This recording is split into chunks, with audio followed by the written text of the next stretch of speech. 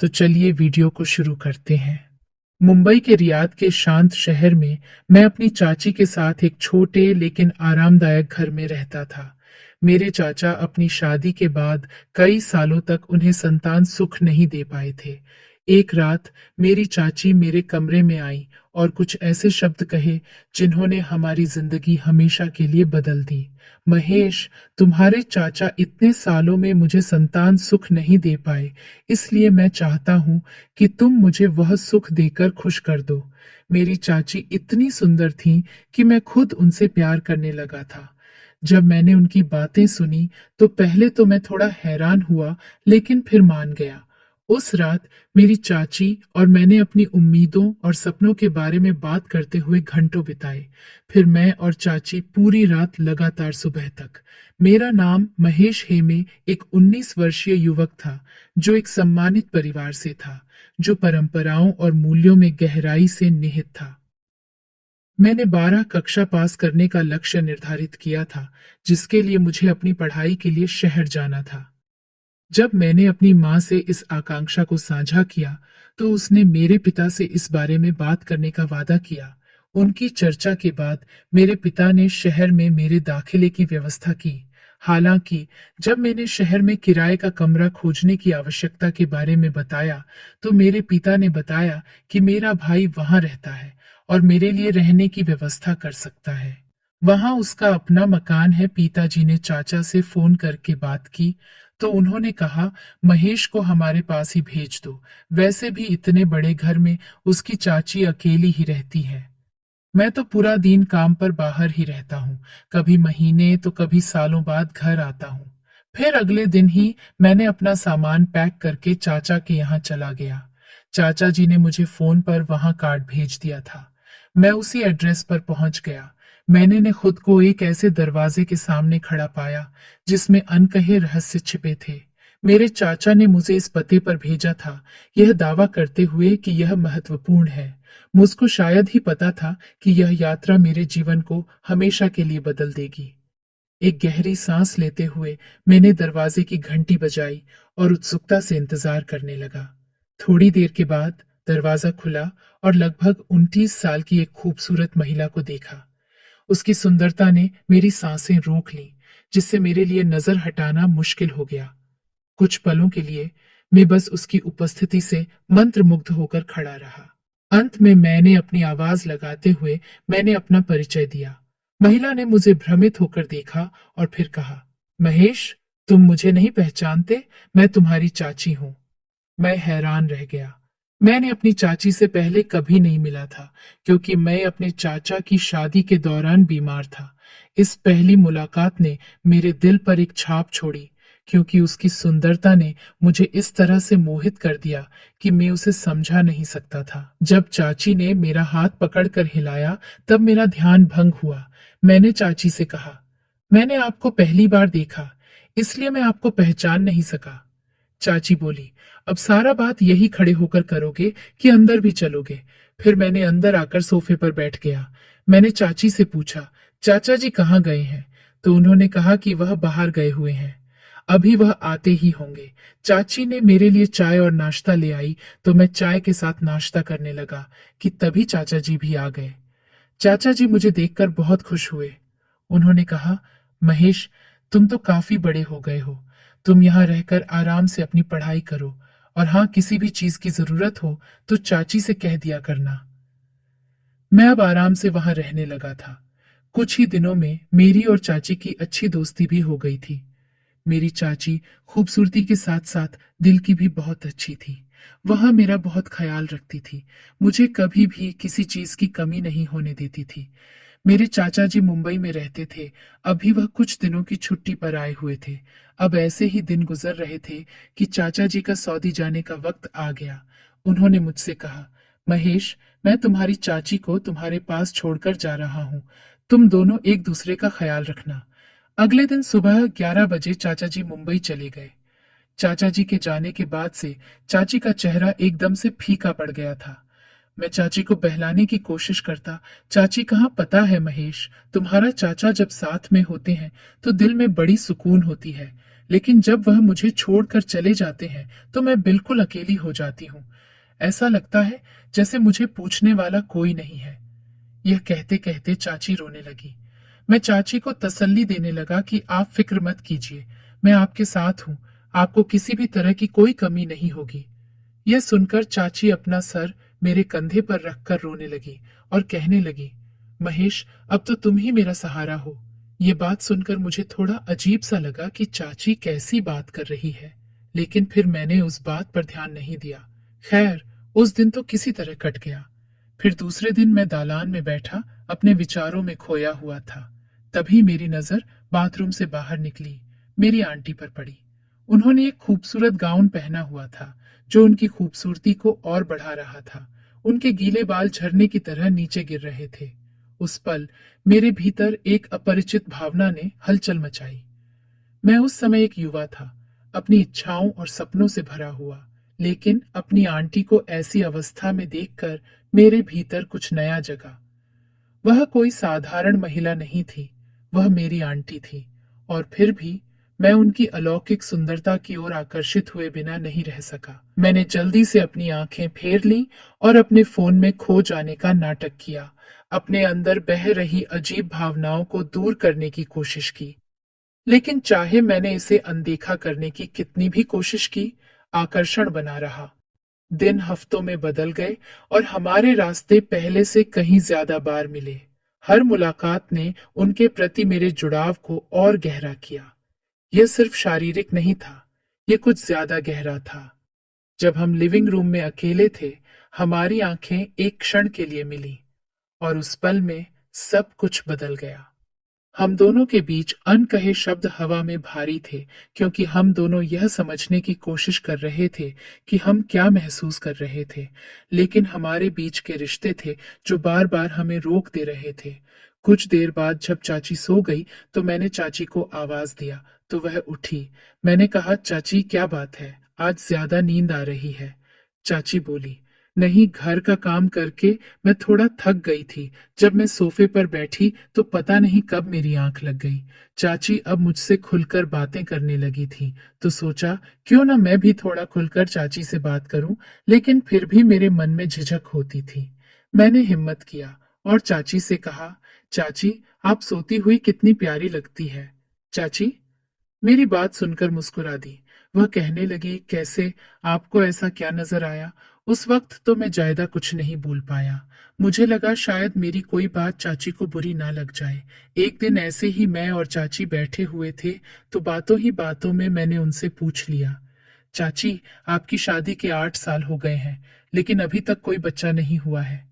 मेरी बात सुनकर चाची एकदम से मायूस हो गई और कहने लगी, महेश, क्या करूं? यही दुख तो मुझे अंदर ही अंदर खाई जाती है।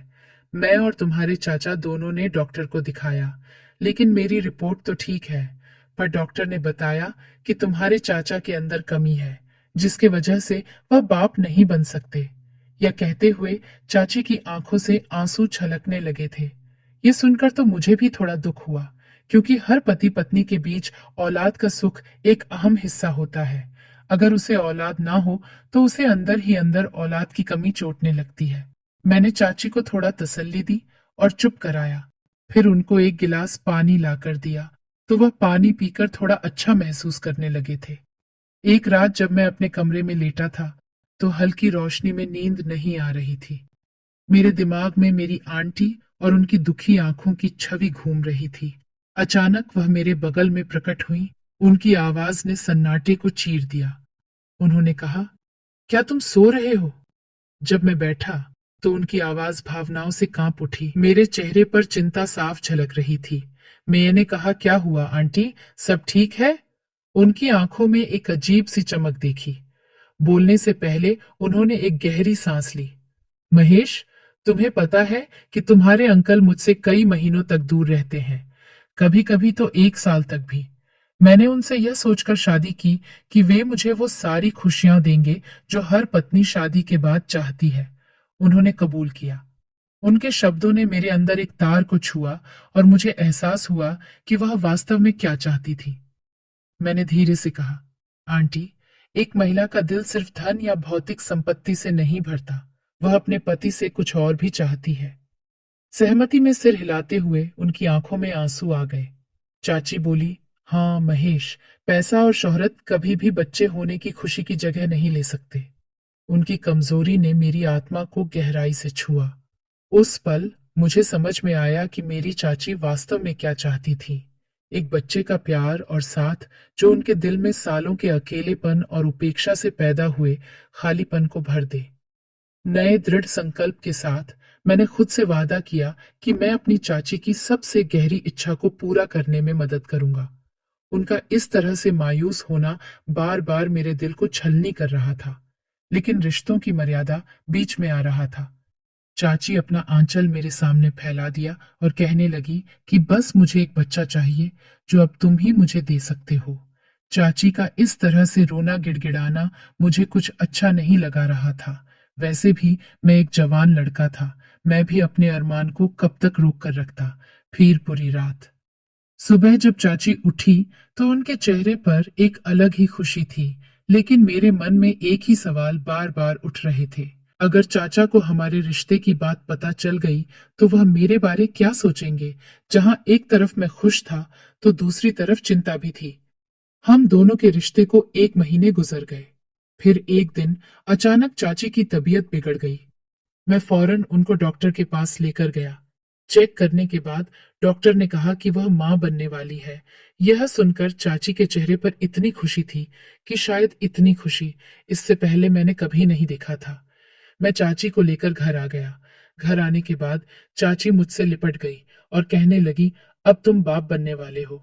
चाची आगे कहने लगी कि मुझे तुमने वह खुशी दी है जिसकी मुझे उम्मीद भी नहीं थी। उस वक्त भी मेरे चेहरे पर चिंता की लकीर साफ दिखाई दे रही थी। चाची मुझे चिंता में देख कर पूछने लगे, क्या बात है महेश, तुम इतने परेशान क्यों हो? मैंने कहा, चाची मैं तो यह सोच रहा हूं कि यह बात चाचा को पता चलेगा तो उनके ऊपर क्या गुजरेगी। वह आपको भी यही समझेंगे कि उनकी पत्नी उनके पीठ पीछे गैर मर्द के साथ रात गुजारती थी। ये सब सुनकर चाची बोली कि मैं तुम्हें एक राज की बात बताना चाहती हूँ, क्योंकि अगर मैं वह बात तुम्हें नहीं बताई तो तुम ऐसे ही परेशान रहोगे। चाची ने जो बात मुझे बताई वह सुनकर तो मेरे होश उड़ गए थे। उन्होंने मुझे बताया कि जब तुम यहाँ आने वाले थे उससे 3 दिन पहले ही हम दोनों पति पत्नी डॉक्टर के पास से आए थे। जब तुम्हारे चाचा का रिपोर्ट खराब आया तो वह हताश होकर गिर पड़े थे। उस वक्त उन पर आसमान गिर पड़ा था। तो मैंने बहुत समझाया कि आप चिंता मत करिए, सब कुछ ठीक हो जाएगा। अगर हम दोनों के किस्मत में औलाद का सुख नहीं लिखा है तो हम कर भी क्या सकते हैं। लेकिन जब तुम्हारे चाचा मेरी हालत को देखा तो उनको बहुत रोना आ गया और उन्होंने मुझसे कहा कि हम एक बच्चे को गोद ले लेते हैं। इसी बात को सोचते सोचते हम दोनों फैसला नहीं कर पाए थे। मेरी चाची ने मेरी परेशानी को देखा और धीरे से पूछा, क्या बात है महेश, तुम परेशान लग रहे हो? मैंने अपनी चिंताएं अपनी चाची को बताने से पहले एक पल के लिए हिचकिचाया। मैं इस भावना से छुटकारा नहीं पा सकता कि चाचा को पता चल जाएगा कि जब वे बाहर थे तो चाची के साथ क्या हुआ था। अगर उन्हें पता चला कि उनकी पत्नी ने उनकी पीठ पीछे किसी और आदमी के साथ रातें बिताई तो उनका क्या होगा। और मुझे डर है कि आप सभी मेरे बारे में भी यही सोचेंगे। ध्यान से सुनते हुए मेरी चाची के चेहरे पर नरमी आई और उसने कहा, मैं तुम्हारे साथ एक रहस्य साझा करना चाहती हूँ, क्योंकि मैं नहीं चाहती कि तुम बेवजह परेशान रहो। सांस रोककर मैंने उसके खुलासे का इंतजार किया। मेरी चाची ने 3 दिन पहले की एक चौंकाने वाली घटना के बारे में बताया। जब वे दोनों एक साथ डॉक्टर के पास गए थे, पता चला कि चाचा की स्वास्थ्य रिपोर्ट बहुत खराब थी, जिससे वे निराशा में डूब गए। अपने पति की पीड़ा को देखते हुए उसने यह कहकर उसे सांत्वना देने की कोशिश की कि सब ठीक हो जाएगा। लेकिन जब तुम्हारे चाचा ने देखा कि मैं भी कितनी व्यथित हूं तो वह इसे बर्दाश्त नहीं कर सके। वह बेसुध होकर रो पड़े और फिर कुछ अप्रत्याशित कहा, चलो एक बच्चा गोद लेते हैं। उस कमजोरी और साझा दर्द के क्षण में हम कोई निर्णय नहीं ले पाए। उसके अगले ही दिन तुम्हारी पिता का फोन आया कि तुम यहाँ आकर पढ़ाई करना चाहते हो। उसी रात तुम्हारे चाचा ने एक फैसला लिया, जिसे सुनकर मुझे भी बहुत गुस्सा आया। उन्होंने कहा कि महेश अब बड़ा हो गया है और देखने में भी ठीक है, तो मैं चाहता हूँ कि उसके आने के बाद तुम उससे नजदीकियां बढ़ाओ, उसे मिन्नतें करो कि वह तुम्हारी सोनी गोद को भर दे। हम यह राज को एक राज ही रखेंगे और दुनिया को यह दिखाएंगे कि हम दोनों माँ बाप बन गए हैं। मैंने इस बारे में तुम्हारे चाचा को मना किया, लेकिन उन्होंने कहा कि अगर तुम ऐसा नहीं करोगी तो मैं अपनी जान दे दूंगा। फिर मैंने सोचा कि इस दुनिया में एक बांझ कहलाने से अच्छा है कि मैं उनका बात मान लूं। उस दिन जब तुम आए तो तुम्हें देखकर मुझे बहुत ही अच्छा लगा था, क्योंकि तुम देखने में काफी सुंदर थे और मेरा बच्चा भी तुम्हारे ही जैसा होगा। ऐसा ही ख्याल मेरे मन में आने लगा था। यह सब तुम्हारे चाचा की मर्जी से ही हुआ है। अब तुम्हें यह सब सोचने की जरूरत नहीं है। इतना सुनने के बाद तो मैं हैरान रह गया। मुझे नहीं पता था कि मेरे चाचा ऐसा भी कुछ सोच सकते हैं। चाची मुझसे मिन्नतें करने लगी कि यह राज को राज ही रहने दूं, नहीं तो मैं तुम्हारे चाचा के साथ ही अपना जान दे देंगे। मैंने चाची से वादा कर लिया कि यह एक राज ही रहेगा। उस भाग्यशाली दिन जब तुम आए, मैं तुरंत तुम्हारी सुंदरता से मोहित हो गई थी। तुम्हारे आगमन ने मुझे खुशी और उत्साह का ऐसा एहसास कराया जिसे मैं बयान नहीं कर सकती। तुम देखने में बहुत खूबसूरत थे और उस पल मैं यह कल्पना करने से खुद को नहीं रोक पाई कि हमारा बच्चा भी तुम्हारी तरह ही सुंदर होगा। यह सब तुम्हारे चाचा द्वारा रचित भाग्य की सनक के कारण था। लेकिन अब तुम्हें ऐसे विचारों पर ध्यान देने की कोई आवश्यकता नहीं है। यह सब सुनने के बाद मैं सोचता रह गया। मैंने कभी नहीं सोचा था कि मेरे चाचा ऐसी बातें सोच सकते हैं। मेरी चाची मुझसे इस रहस्य को छुपाने के लिए विनती करने लगी, वादा किया कि यह हमारे बीच एक रहस्य ही रहेगा। अन्यथा उन्होंने मेरे चाचा के साथ साथ अपनी जान देने की धमकी दी। मैंने अपनी चाची से वादा किया कि यह रहस्य हमेशा के लिए दफन रहेगा और इसलिए यह हमारे बीच एक रहस्य ही रहेगा। खुशी से अभिभूत चाची ने तुरंत अपने पति को फोन करके यह अद्भुत खबर सुनाई। जैसे ही चाचा ने यह खबर सुनी, उसकी आंखों में आंसू आ गए। सालों के इंतजार के बाद आखिरकार उसे पिता बनने की खुशी मिलने वाली थी। इस विचार ने उसे बहुत खुशी दी। दिन हफ्तों में बदल गए और 9 महीने बाद चाची ने एक सुंदर बच्चे को जन्म दिया। जब उसने उसे पहली बार अपनी बाहों में लिया तो उसे प्यार और जुड़ाव की एक जबरदस्त भावना महसूस हुई। यह बच्चा वास्तव में उनका था, उनका मांस और खून। अगले दिनों में चाचा ने मुंबई में अपनी नौकरी छोड़ने और अपने परिवार के साथ स्थायी रूप से रहने के लिए घर लौटने का फैसला किया।